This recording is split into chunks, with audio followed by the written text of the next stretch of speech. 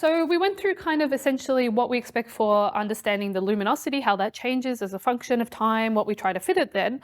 The next part is, well, what are the actual properties of optical, what are the properties of TDEs, right? What do we actually find from these? And so what the first tutorial was looking at is essentially what we call fitting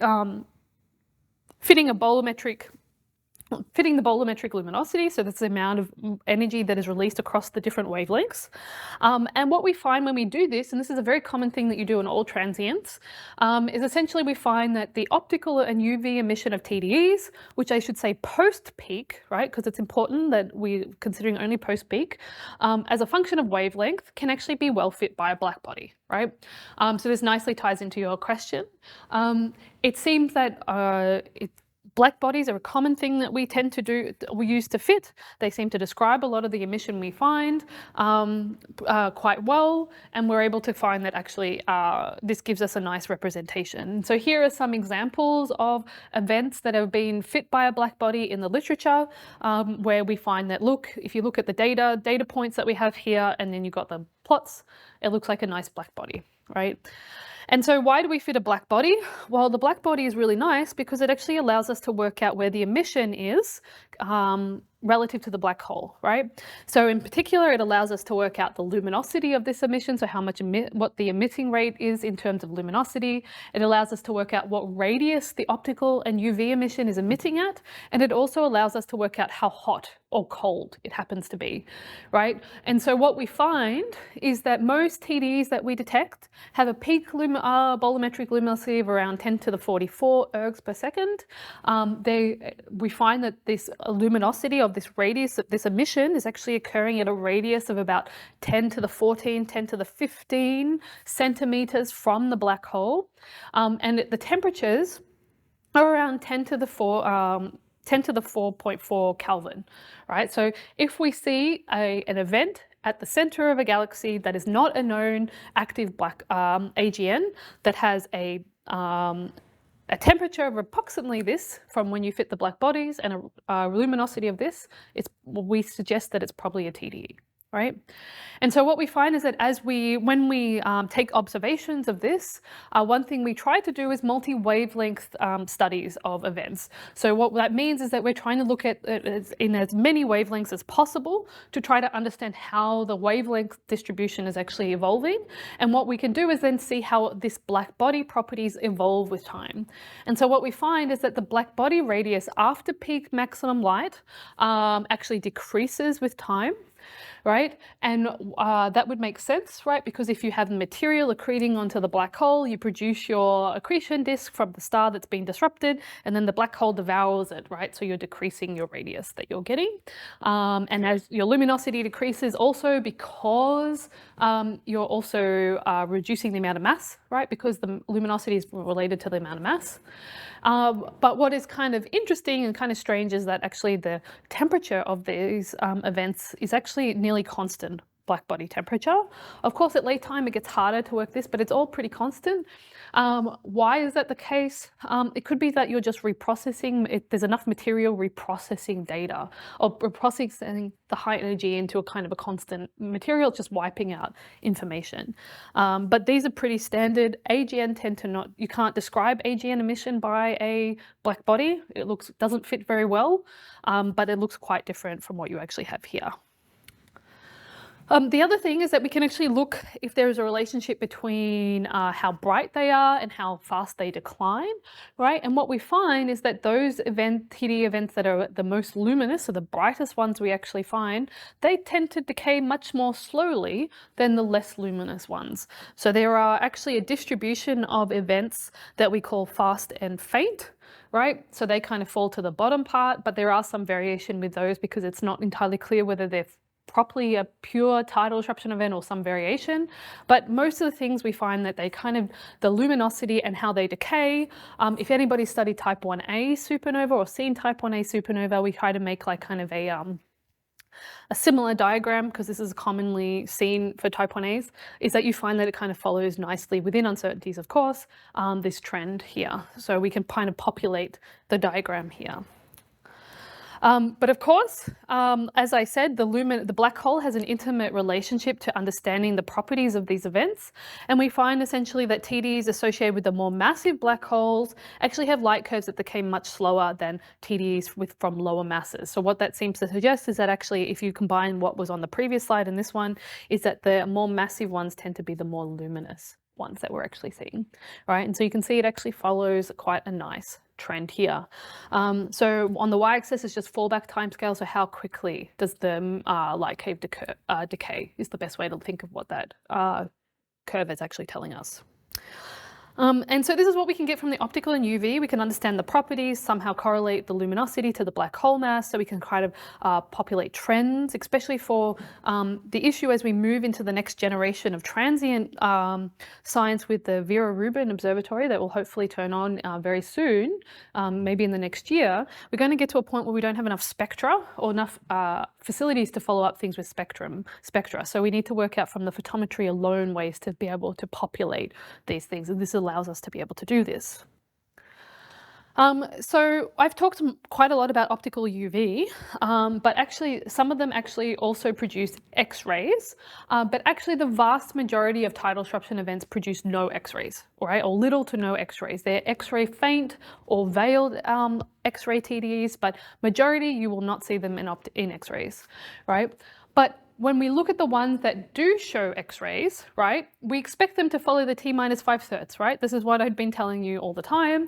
And Assassin 14 Li, which we see in the top corner, does look like this. But what we find actually, X-rays show a wide variety of evolution that is not necessarily consistent with this T-5. Why is that the case? We don't know. Right? X-rays puzzle us of what's going on, right? It might be something related to a jet, it may be a viewing angle, it may be that the material is clumpy around the source, so you're kind of seeing only a handful of it. It may be just that it's coming from something slightly different than what we're expecting here, right? But some of them do follow this T-thirds, but we're finding quite a large variation, and we're trying to piece together what that actually means. But the thing is that they're so rare, so out of all the, let's say there's like 200 candidates, right? Only a small fraction, right? I think it's like 20, 30, maybe max, have X-ray detections. And for those, it's maybe something similar to PS18KH, which actually only has 2 or 3 detections, right? So it's actually X-rays are kind of a hard beast to deal with. However, even with that, we can say some properties about this. So for those that actually do exhibit X-rays, what we find is that this emission is quite soft. So what does soft mean? It means it can be described by a black body. Right? So what does that mean? Well, when we were fitting those spectral energy distributions that we see, it's just the other end of the spectral as it turns over, right? So essentially most of them kind of peak in that part. And so what that means is that most of them have a temperature of, at least in the X-rays, have a temperature of 10 to the 5 to 10 to the 6 Kelvin. So remember in optical, it was 10 to the 4.4 approximately. And so this is a bit hotter. So as you go to higher energies, it's hotter emission. Or if you have dealt with X-rays, it's about 0.01 or 0.05, sorry, keV is where you're kind of looking at. They also find that the luminosity is quite varied. And this is actually more of a function, I would say, of our ability to detect X-rays. We're not as good as detecting X-rays compared to optical UV. So we see a wide range depending on what we were observing it with, where it was located and stuff, but it kind of peaks around 10 to the 44. So similar to what you see for the bolometric luminosity. But the most important is when you do fit a black body to this data, what you actually find is that actually it comes from a radius much closer to the black hole, right? So X-rays actually probe less than 10 to the 13 centimeters away from the black hole, while remember optical UV probe 10 to the 15, right? So you're actually, by looking at multi-wavelength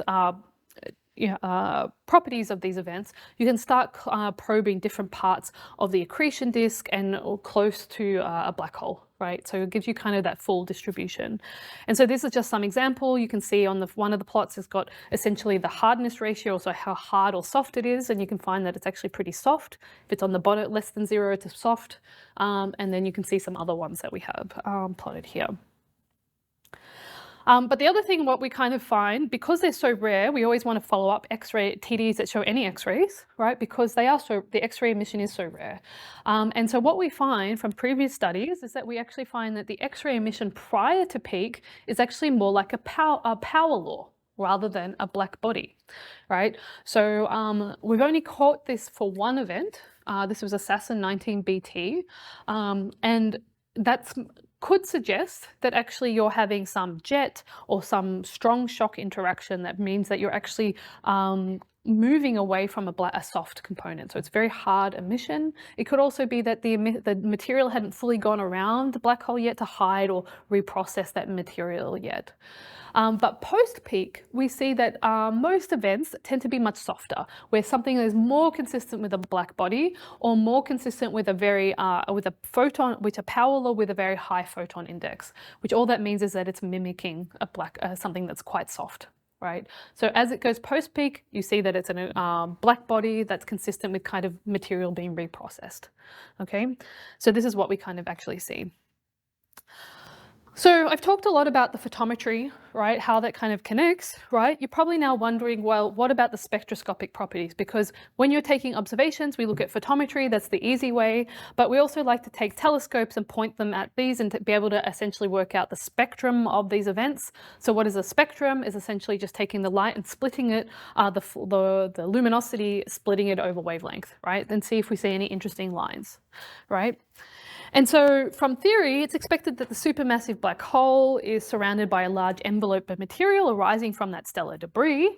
And what we find is that the soft X-rays, as I said, are produced close to the black hole due to the fallback of that stellar material, right, being absorbed essentially by what we call photoionization in the envelope, and then they're re-emitted at these longer wavelengths, right? So they're being reprocessed into this, into the lower wavelengths. So that's why we're able to see them predominantly in optical and even UV. And so what that reprocessing, apart from producing this beautiful multi-wavelength distribution, is that this actually results in a continuum arising from Bremsstrahlung emission, with some contribution from bound-free absorption from excited states of hydrogen and helium, right? And depending on the thickness and scattering ability of this, what we call a photosphere, right, which just means reprocessing material, this can actually profoundly change the nature of the emission lines and the continuum formation that we detect, right? But what the main thing we expect when we look for an event coming from a tidal disruption event is we see something called a strong blue continuum. So a blue continuum is just essentially kind of like the general shape of your curve, right? And blue means it's just hot. Right, that's the best way to think of it. And then on top of that, we expect to see them with hydrogen and helium features, right? With helium probably being stronger than hydrogen, at least in this example here. But we expect to see hydrogen and helium because if you think main sequence stars, what are mostly stars made of? Hydrogen and helium, right? So naturally we expect to see them and they kind of fit perfectly into the spectrum that we're looking at. And there is a question right here. Yep. Yeah. So is that basically the relative scale of a black body? Yep, correct. And then the emission lines, they're very broad. Yes, correct. Is that applying an outflow? Say it again. Is that applying a fast outflow? Yes, correct. Yeah, exactly. So that's what we're going to touch on, is that TDEs tend to have very broad lines, right? And this is actually a way for us to separate TDEs, a little bit to separate TDEs from AGN, actually, by looking at the broadness of the lines. And this is what the second tutorial will be, is you actually fitting a line and calculating how broad they are, right? What the velocities are. But yes, this implies there's an outflow, right? And we can monitor the lines. So why people take multiple spectra of things is that they're trying to understand how it's materials outflowing into the environment, right? And if you see hydrogen and helium, that tells you about the type of star it's being disrupted, what's been happening. So we can have a look at that. And so what we find is that TDEs in general there's three spectroscopic classes. There's actually a little bit more, but for simplicity, there's actually three spectroscopic classes. We find that there are some events that are called helium-rich, right? So what they exhibit is very broad helium-2, and helium-2 occurs at this wavelength of 46086. And this these events have no hydrogen alpha or H alpha or H beta, so they show no helium in their spectra, which is always kind of a puzzle. And hopefully you can see like the big, I don't know if I actually, oh cool, I can actually show, exciting. This is the feature that we're looking at here, right? If we see that big bump, that's exciting because that's a TDE. or that is consistent with a TDE. While we have this second class, which is the more common one, right, that we see, right, because naively you do expect to see more hydrogen helium, right, we see that actually they show spectra that show both features of this helium-2 line, this very broad line that we saw here, but we also see features of H-alpha, right? And so H-alpha is this big broad line that's sitting at the bottom over here at around 6,500 angstroms. And then you see other kind of what we call the Balmer line series, which corresponds to different emission lines that we would expect, right? And whether they see more of H-alpha or helium or HL, all the other lines, it really depends on the event, right? Does seem to be some variation. And this is probably not surprising because you may not be looking at each event exactly the same way, right? So there'll be some changes in the way that you actually see this. But there is a question of why do you produce one over another, right, as well. And then the last class here is that you can actually see ones that are just only show H-alpha and H-beta, right? So you can see here we have H-alpha in here, we've got H-beta, but it's missing that line, that first line, that helium line that we're seeing here, right? It's very, very weak. So there is kind of a distribution that we see, which makes it a little bit more complicated when we're actually trying to look at it as well. But to just throw, because nature likes to throw things into the mix, there's also more recently discoveries. Let me back up, sorry. If you took a spectrum of a source that you saw at the heart of a galaxy that was showed this smooth rise and decay that we expected, and it showed a spectrum that looked like this, right, or one of these things, we would have been like, perfect, it's a TDE, right? It's not an AGN. Right, but nature is kind of being a little bit confusing because nature thing, and this is good because it keeps us in a bit of a job, is that it does show lines that are consistent with what we also start to see with AGN as well, right? So one of the more common lines we're starting to see now is something called, comes from something called Bowen fluorescence, which is essentially indications of metals, right, arising from oxygen and nitrogen, right, that seem to kind of pop up. And so one thing that is a big thing that we usually see is this around here, this nitrogen 3 line that blends with the helium. Okay, and so how do we produce this Bowen fluorescence? Well, Bowen fluorescence only comes from things that actually produce very strong X-ray emission from your source that's then been kind of shrouded by material, right? So this is actually kind of consistent. We should see this in more events, but we actually don't, which is actually an interesting puzzle. But we see these both in these lines, both in TDEs now, or things that we're very confident are TDEs, and things that are also AGN-like as well, right? And that's maybe not so surprising because, black hole doesn't really care what they're eating, and black holes produce high energy emission. If you shroud the material, you can probably excite things, right? But if we see these lines, these oxygen 2 and nitrogen 3, oxygen 3 and nitrogen 3, this might actually tell us a little bit about the type of star that's being disrupted. And if we have time, we'll get to that a little bit later. So when we take these spectra, we take multiple of them, and what we find exactly is that these lines are really broad, right? And they're much broader than what we expect from AGN, right? So what we find is that they're actually quite broad and then they narrow with time, while actually this is the opposite direction of what AGN do thing. And their velocities are around 10 to the 4 kilometers per second, right? So these are just different lines that we see, H-alpha, H-beta, some helium lines for some event that we actually show. But what's actually kind of cool about these things is actually we find that if we zoom in on the H-alpha one, we can measure the luminosity, and we find that actually the H-alpha, right, when we look at the width of the line, or the luminosity of the line, sorry, is that we find it kind of follows that T-5 behavior that we're seeing from the light curve, and we find that it rises to peak and then decays. But you might have noticed that there's a line, a vertical line at 0, right? And this is actually when the optical photometry peaked, right? So this is when we were looking at those other things, and you might notice that the peak is slightly delayed or slightly different between what we see in H-alpha and what we see in actually the photometry. And so what that seems to suggest is actually there's a possible lag between H-alpha and the light curve luminosities. And so that makes kind of sense, because what happens is actually, you've got the bright emission coming from your source, it quickly gets reprocessed, and then you're looking through essentially the envelope as it expands, or the photosphere as it expands. Right? And so But what's kind of strange about these is that the fact that this line, the luminosities in TDEs seem to follow this type of behavior, seems to suggest that actually you might have something similar to what an AGN actually sees. So maybe you're actually, TDE is kind of like an AGN turning on in real time.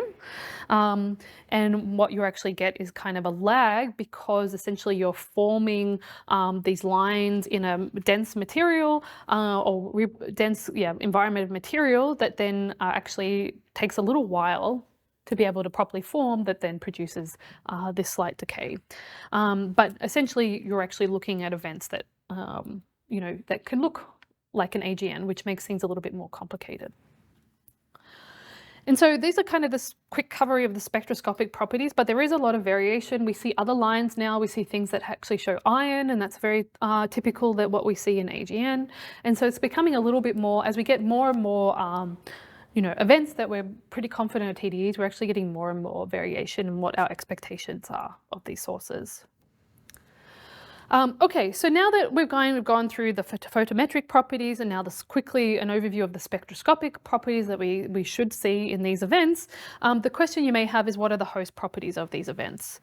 And so TDEs are actually found in quite a rare type of galaxy. So in general, TDEs are actually found in something called a post-starburst or quiescent Balmer-Strong galaxy, or another way it's called, if you've seen this, is an E+A or even a K+A galaxy, right?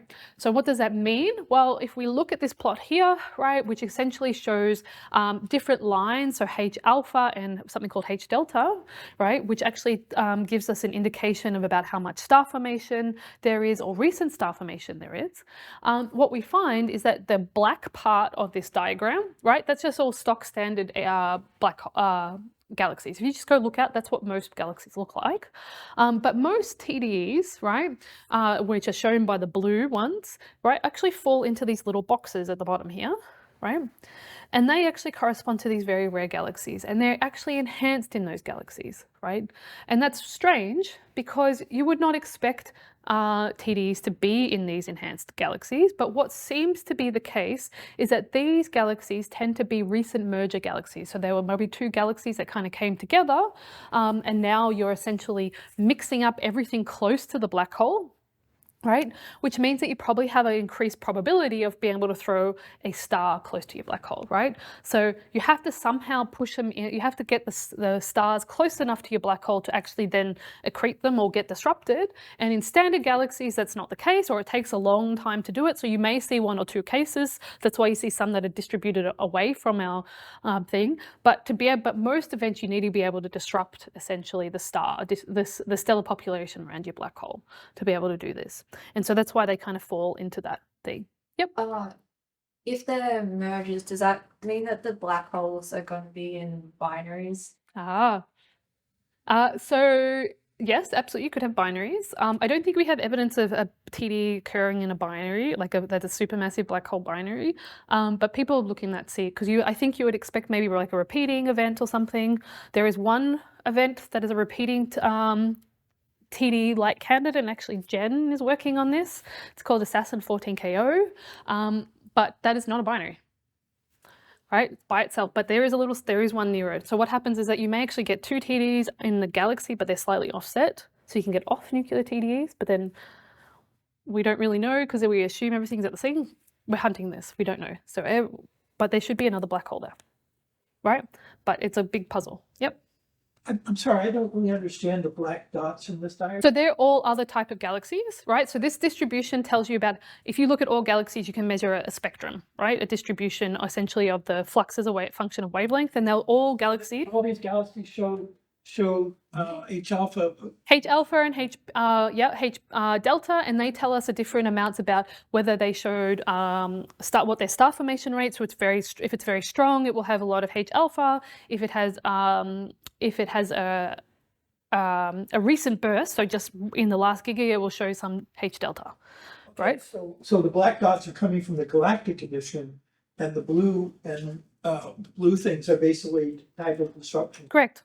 Yes. So one is of the central core, and the other is the whole galaxy. Yes, so exactly, right? So we're trying to work out the distribution where they fall. Galaxy environment and the central. Yeah, that is absolutely correct. And also what type of galaxies, right? Because if they're very rare, which is what we said, we maybe want to target certain types of galaxies, then we get more likely the case to do this. And it seems like these very rare galaxies, which are only... I'm just looking for things that are further to the right. Correct, exactly. So we do have targeted programs that are looking at only these E+A galaxies as well, which that means we can actually see them probably more often, but we look at everything that we can. But yeah, they seem to be enhanced so that we could actually have this distribution. So, but great question.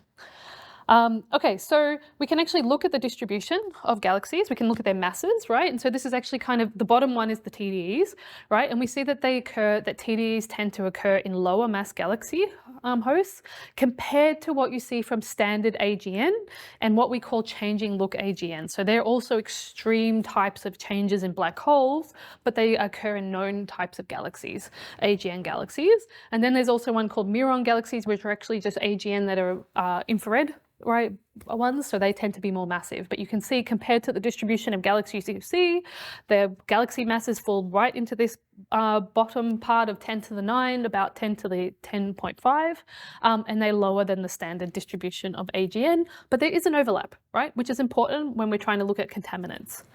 And so we can actually have a look at the type of galaxies we see here.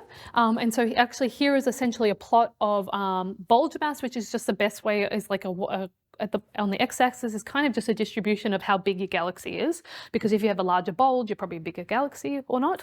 And then you've got your black hole mass on the y-axis. And a lot of those plots that we see, so everything other than blue on that plot is coming from AGN or other galaxies that people have met, so non-AGN galaxies. And people will be like, oh, look, there's a beautiful relationship, we can fit a line, right? While in blue, we've plotted essentially our TDE distribution. So essentially, TDEs now actually allow us to probe essentially the lower mass distribution of this and the lower mass galaxies that we have on this, and they kind of fit what we call the sparsely filled region of this plot. So things, black galaxies that have bulge masses less than 10 to the 10 solar masses, or a black hole less than 10 to the 7, right? So that's where it kind of is quite powerful.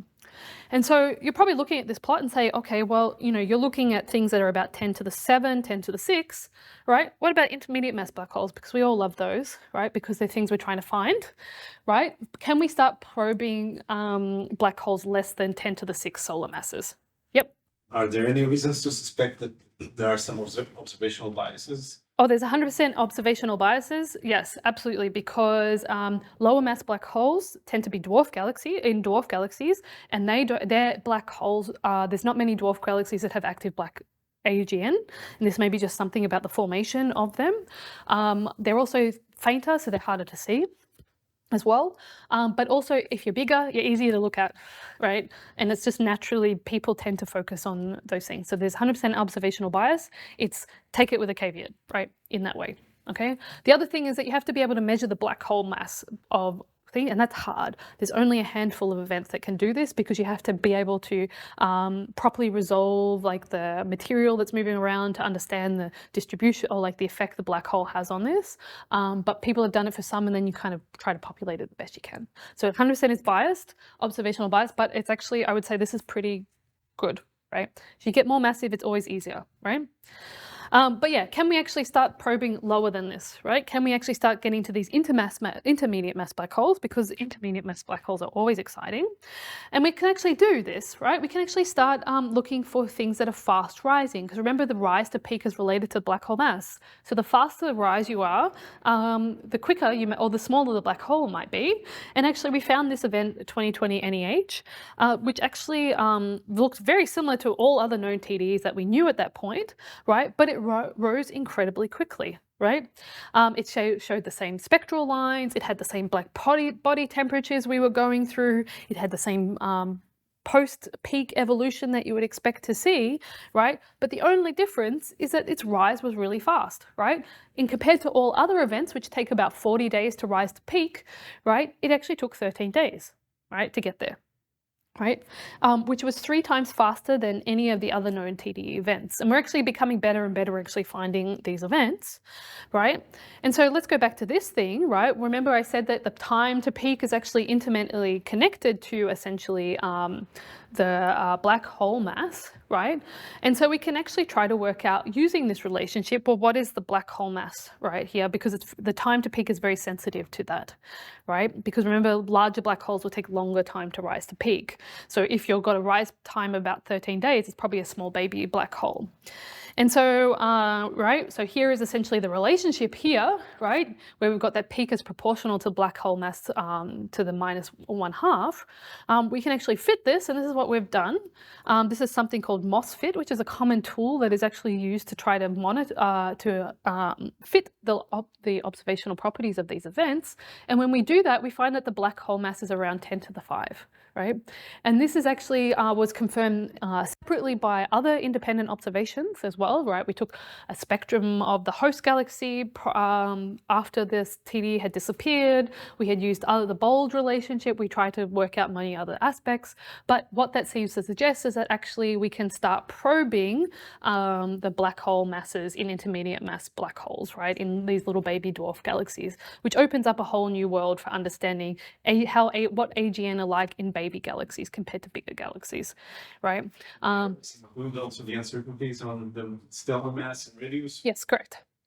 Yep. Yep, and it's combining also, I think if I remember right, we also tried to do combining all information we had about the black hole from different things to try to get it, and it's still consistent with a low mass. It's a tiny little baby galaxy. It looks blue, it looks like a dwarf galaxy. The formula was much more sensitive to the stellar mass, right? Yeah. It was squares. That's true, but remember we're assuming that it's just right? We have to make some assumptions. We're assuming that it's a solar mass thing, but I think it can't get, like if you change the star, I think it doesn't affect it too much. I think if the light curves do tend to pull it closer towards a lower mass, like approximately solar mass star. That's fine. It's not, it can't be because it decays too quickly. Yeah. They're not going to make. There is, But it's an outlier, right? I mean, in most. So no, we found more of these now. They're called fast and young population. We've probably got like 10 of them. Could you show the formula with the stellar masses back again? Yep, did I make a mistake? Yep. Yeah, so that the square of the mass is only the square root of the black hole. Yeah, but I said it was 1. Remember, I'm an observer. I know, I'm just thinking, I'm just following up on the question. How much variance is it? Yep, so you can absolutely fit for that, right? People do that, but and I think in the paper that we actually did do this, if I remember right. It's been a while since I looked at that paper. But for simplicity, remember, like I'm looking at it as simple as possible, right? But it does, even independently, where you're not even worrying about the light curve, you're literally measuring the movement of material around your black hole. It still comes out about 10 to the 5. Okay, so it's a baby galaxy, right? There are other issues, right? The rise to peak looks similar to a type 1a, and things like this. So there are things to try to actually work it out, okay?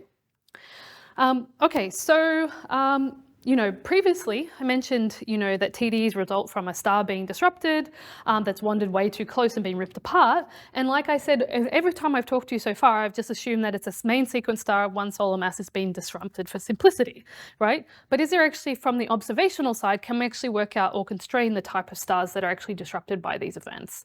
And we can actually try to do this. And so assuming that the emitting gas associated with the TDE actually associates from that stellar debris, the mass and evolutionary state of that disrupted star can actually be constrained independently using information from both the light curves and the spectra associated with these events. And so in particular, measurements of nitrogen to carbon, which are usually measured in UV spectra, not in optical, because that's where the UV needs to be, these lines need to be kind of highly excited. They're in particularly very useful for eliminating or estimating the corresponding abundances of the emitting gas, because the nitrogen carbon lines that we actually see in UV have similar critical densities and excitation energies. And they actually involve ions of similar ionization energies. So if we can measure that, we can work out, give an idea of what the lifetime of that star is. And so people have tried to measure these in these lines, in these spectra, and found that TDE debris is actually incredibly nitrogen rich, which hints towards the fact that TDEs may result from actually evolved stars, right? And so how do we actually can kind of go text this? We can actually do this, and this is actually done by Brenna Mockler, who is now at Carnegie Observatories, who actually look at a sample of TDEs who have spectra that are all quite high in nitrogen to carbon. And what she did was actually estimate the location of this nitrogen-rich stellar debris by deriving the equivalent widths of those nitrogen lines, which you actually do in optical if you want to, from this disrupted star, and also derive it from the light curves in order to show whether or not the emitting gas could have originated from an undigested stellar material, as opposed to, say, material that was there before the thing actually occurred. And so what you find is that the nitrogen lines actually appear to originate between what we call the photosphere radius and the wind radius, right? So photosphere is from that material expanding out. The wind comes from essentially material like outflowing. And what we find is that actually it's within uncertainties, it's consistent with originating from the disrupted star, which is great.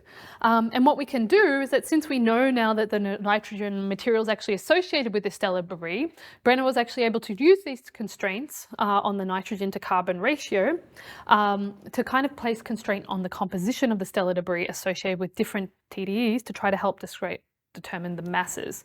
And so what we have plotted here is essentially the stellar mass as a function of fallback debris composition, or essentially the nitrogen to carbon abundances ratio for main sequence stars at a range of stellar masses and ages. So this is what the different color lines correspond to.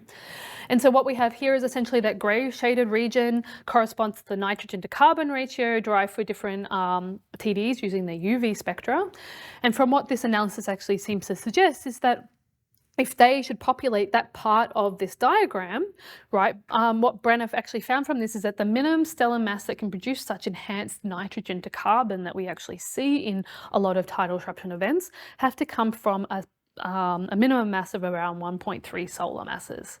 While as seen by the lines here, which represent essentially different ages that we find that could also produce this ion, what we find is that actually stars with masses close to this 1.3 solar masses would actually need to be near the end of their main sequence lifetime to have such enhanced ratios. So this actually kind of provides even a nicer way, right? Then another thing that TDEs can do, apart from probing your black hole mass, can actually start probing the stellar populations close to the nucleus of galaxies. And the only other time we can actually do that is looking at our own Milky Way, right? Because the stars can be resolved. So this kind of is quite nice to be able to do that. So this is basically just putting constraint on what stars that are getting disrupted. They have to have pads of CNO burning, because CNO burning will have a signature of higher nitrogen to carbon. And it's true that we always think of the sun as being PP process burning, but when the sun evolves off the main sequence and starts to evolve towards red giant branch, and that takes 1 billion years to do that, it's CNO burn, even in the sun. So if you go a little bit higher than mass in the sun, then you have CNO burning, and that's what this is showing, right? 100%. I should note, caveat is that not all of them necessarily show these enhanced abundances ratios, but we've also are limited by the number of spectra we can take in UV because we need the Hubble Space Telescope, and that's prime time thing. So it's very hard to get time on that. So, but yes, 100% things that we see seem to imply that. So most of these tidal structure that we see have enhanced, the ones that you can observe have enhanced nitrogen. Yes. Yeah. So people originally thought they were maybe somehow connected to the nitrogen-rich quasars, they're called. Is there some relationship about them? How would you produce this? Is there some special evolutionary track and stuff like this? But yeah, it's a very unique signature. We don't see that in other things, right? So, but they do show this behavior. So I don't know if you're going to get to that, but how do you then explain the relative high frequency of higher mass stars, given that lower mass stars are more common? So I'm not going to get to that. I don't know. And maybe we're missing them. Maybe they're much more fainter. Maybe the particular galaxy we're looking at is actually not the right galaxies to be looking at, and maybe we do see them, right? There's a whole set of observational things that are probably meaning we're more biased to things that are easily bright and easy to observe. It might be harder to disrupt. Might be also hard to disrupt, right? Because the core thing, right? It depends on the evolution, if you're fluffy or not, right? All this type of things, right? There's many components. You have some suggestions that maybe the mass function is more top heavy in the nuclei. That is correct. Yep. So they could be, Yeah, they could be top-heavy galaxies. So, they could be in the galaxies in general, but could be lower mass galaxies, which means that you produce more massive stars because you don't produce stellar winds that remove mass. There could be many combo things. So I can't remember if someone's done a study of the host galaxies to work out metallicity distribution. I don't remember, actually, but that's actually a good question. I don't know if it's actually very easy to do. Yeah, there's a metallicity. Yeah. Shortened that, right? Shortened lesson? But it was only for a handful of events, right? Good question. Don't know. Actually, that's something, Ilya, we should look at that at some point. The other thing is that of course, given that you are seeing them in E+8 galaxies, all right, so these are post-starburst galaxies, so it could just be that the lifetimes match up, right? If you're looking at things, you're more likely to disrupt things which are late in the main for a given mass. If you fix the mass and you ask where is the star likely to be disrupted, it's likely to be disrupted once it starts expanding, right? And if you want something which had a starburst, a few hundred million years ago, and you want to start expanding, it's not going to be one solar mass because those things are still early in the main sequence and not dealing. They're going to be two solar masses. 100%. Yeah, absolutely. Just maybe a property of the. The other thing to remember is that the transit across from the 0-8 main sequence to the red giant climb takes a long time. It takes a relatively long time. So the red giant climb is very short. But the transit time for the sun, for instance, is 1 billion years for it to go from the terminal to the sequence to when it starts to climb, right? So that means that there's a lot of those guys in that stage that are starting to get inflated, but they haven't gone to the whole giant. Yeah, 100%, 100%. And the other cool thing I think about, because I also study stars that explode at the end of their time, is that you actually get to look in the belly of the star while it's doing its thing, right? Which is a whole different exciting avenue, right, to probe instead of waiting till the very end. So it's kind of these events, if you can really get them, are really kind of, you can probe in the thing. This is actually perfect. I know I have 5 minutes to go and I'm actually on the very last section, right? Which is actually how do you differentiate TDEs from imposters, right? This is a big problem that I worry about a lot, right? Because as I probably mentioned, black holes don't care what they're eating, and they can look, AGN also produce very similar signatures. And so, compared to supernova, it's relatively straightforward, right? Supernova light curves evolve differently. Their temperatures are much lower if you fit the data with a black body. They tend to also be located far away from the nucleus. There is overlap with, say, nuclear 1As. They can look similar as they rise to peak brightness, and actually they can be quite a large contaminant. But what we find is as they evolve past peak, you actually get a difference between them, so you can separate them. Some also for some type 2s as well. So anything close to the nucleus can be complicated, but in general, supernova you can rule out pretty straightforward. But the thing is that it's actually been shown by a number of studies that TDEs actually can power low luminosity AGN.